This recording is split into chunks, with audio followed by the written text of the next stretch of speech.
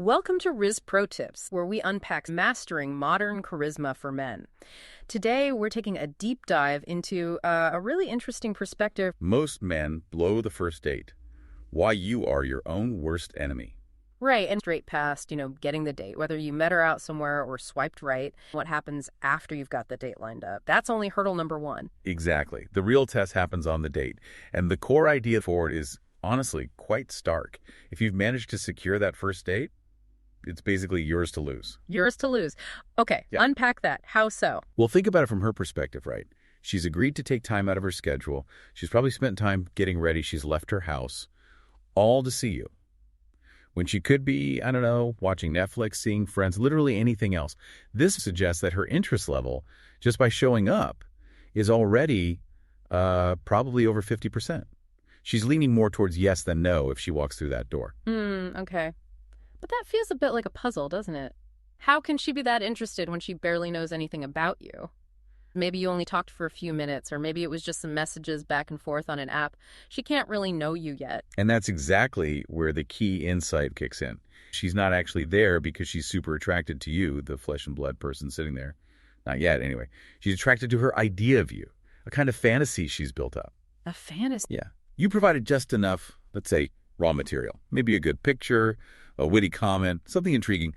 And she took that and, well, she filled in the blanks with positive stuff, especially if she felt that initial snark. It's this powerful private fantasy that actually motivated her to meet up with, let's face it, a relative stranger. So she's basically showing up to meet a projection, a version of you that exists mostly in her imagination. That's the idea, yes. And the crucial bit is that you have absolutely no clue what the details of this personal fantasy are. It's all happening, as they put it, in her covert recesses, hidden away. Okay, so she shows up, fantasy goggles firmly on. How does the average guy, according to Psych Hacks, manage to blow it from there? It's surprisingly simple. He tries too hard to impress her. Right, but isn't that what you're supposed to do? Show your best self. Why is impressing the fatal flaw here? Well, the reasoning laid out is that guys often consume advice, maybe watch videos about, hypergamy or what women supposedly want, status, confidence, resources, that kind of thing. So their game plan becomes, okay, I need to demonstrate I have money, I have status, I have power, I need to prove I'm a high-value man. They think that's what will make her interested. But why? Because in the process of trying to impress, you inevitably start revealing all these specific details about who you actually are, your job, your car, your opinions, your life story. And the odds that your specific reality perfectly matches her specific, private, probably idealized fantasy. Well, the odds are functionally zero at this early stage. I see. So every time you open your mouth to talk about yourself, you're potentially chipping away at that fantasy a little bit more with every word. That's their phrasing. Got it. So the big mistake, as the video hammers home, is that guys blow the first date simply because they spend way too much time talking about themselves. They're unintentionally dismantling the very fantasy that actually got her interested enough to show up. Exactly that. The initial attraction wasn't based on the full picture of you because you didn't have it. It was based on the potential you she imagined.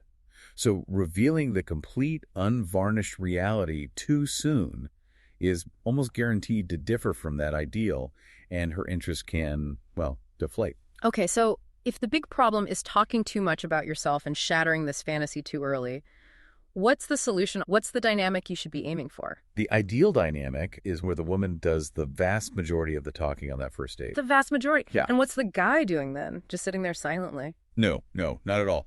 Your role shifts. You become more like a skilled conversational guide. Your job is to provide her with interesting, maybe emotionally resonant prompts. Questions that get her talking about herself, her experiences, her feelings. The goal is for her to experience her own emotions during the conversation. Okay, so you're facilitating her sharing. What kind of ratio are we talking about? Like, how much more should she talk? They actually give a number. They suggest she should be talking roughly 3 to 4 times as much as you are. 3 to 4 times. Wow. That feels really counterintuitive to a lot of dating advice, which is often about showcasing your personality, right? What happens if she asks you a direct question? You can't just ignore it. No, you don't ignore it. The advice here is answer it, but keep it brief. Give a concise answer, and then immediately pivot. Turn the focus back to her with another open-ended question. Yeah. Keep her sharing. Keep her exploring her thoughts. And why does this approach work so well, according to their analysis? What's the psychology behind it? Well, if you pull this off correctly, she leaves the date feeling really heard, genuinely listened to. She's had a platform to express herself. This apparently boosts the chances she'll want a second date significantly. Two main reasons given. First, she starts to associate those positive feelings, feeling heard, feeling understood, the emotions she felt while talking. She associates them with you, with being in your presence. Okay, that makes sense. Positive association. And second, maybe more critically for this specific theory, you've managed to keep her initial fantasy intact for longer. You haven't shattered it with too much reality yet. Right. And what's the flip side? What happens if the guy doesn't manage the conversation like this? If he just lets it drift or maybe talks a lot himself? It can easily degrade into what they term a job interview. She ends up asking you a string of factual, closed-ended questions. Where did you grow up? What do you do? Stuff like that. She doesn't get to express much herself. She doesn't really feel anything powerful internally because the focus isn't on her experience. And she walks away thinking, yeah, he was a nice guy. But there's no real spark, no deeper interest generated from her own emotional engagement. So the ideal outcome then, after maybe an hour or two on this kind of date, what does that look like according to this source? Ideally, she might actually say something along the lines of, wow, that time just flew by, but gosh, I feel like I talked about myself the whole time. I still don't know that much about you. Which, again, sounds kind of weird on the surface, like you failed to connect, but the video frames that as a win. It does, yes. Their explanation is that the longer you can sustain that initial fantasy, the very thing that motivated her to meet you before reality inevitably starts chipping away at it, the more likely she is to stick around. To build enough comfort or connection before the fantasy fades. Disrupting it too early by oversharing is presented as the classic male mistake. Okay, but doesn't this whole approach sound a bit manipulative? Like you're tricking her by hiding who you are? It does, yeah. It draws an analogy. It suggests this isn't really any more tricking than, say, women using makeup or choosing flattering outfits is tricking men. The point being made is that both sides often manage their initial presentation. Women might also avoid revealing certain things too early to avoid disrupting a man's potential positive view, allowing interest to grow. So the conclusion isn't about deception, but about understanding the dynamic. And men frequently blow it by talking too much about themselves while trying to impress, and inadvertently killing the initial attraction rooted in that fantasy. So wrapping up this psych hacks perspective, the key takeaway for that first date isn't really about proving your worth or listing your stats. It's more about a strategic shift in focus.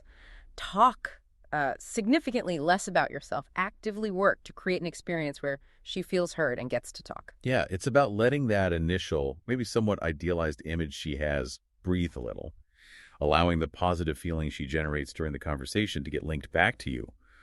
It really flips the script from like presenting a resume to facilitating an engaging emotional experience for her, which according to the source is what actually builds that crucial initial connection. It definitely gives you something different to think about, doesn't it? How does this idea of the initial fantasy and the danger of shattering it too soon by talking too much resonate with you? Does it maybe explain some past first date experiences, something to consider for next time perhaps?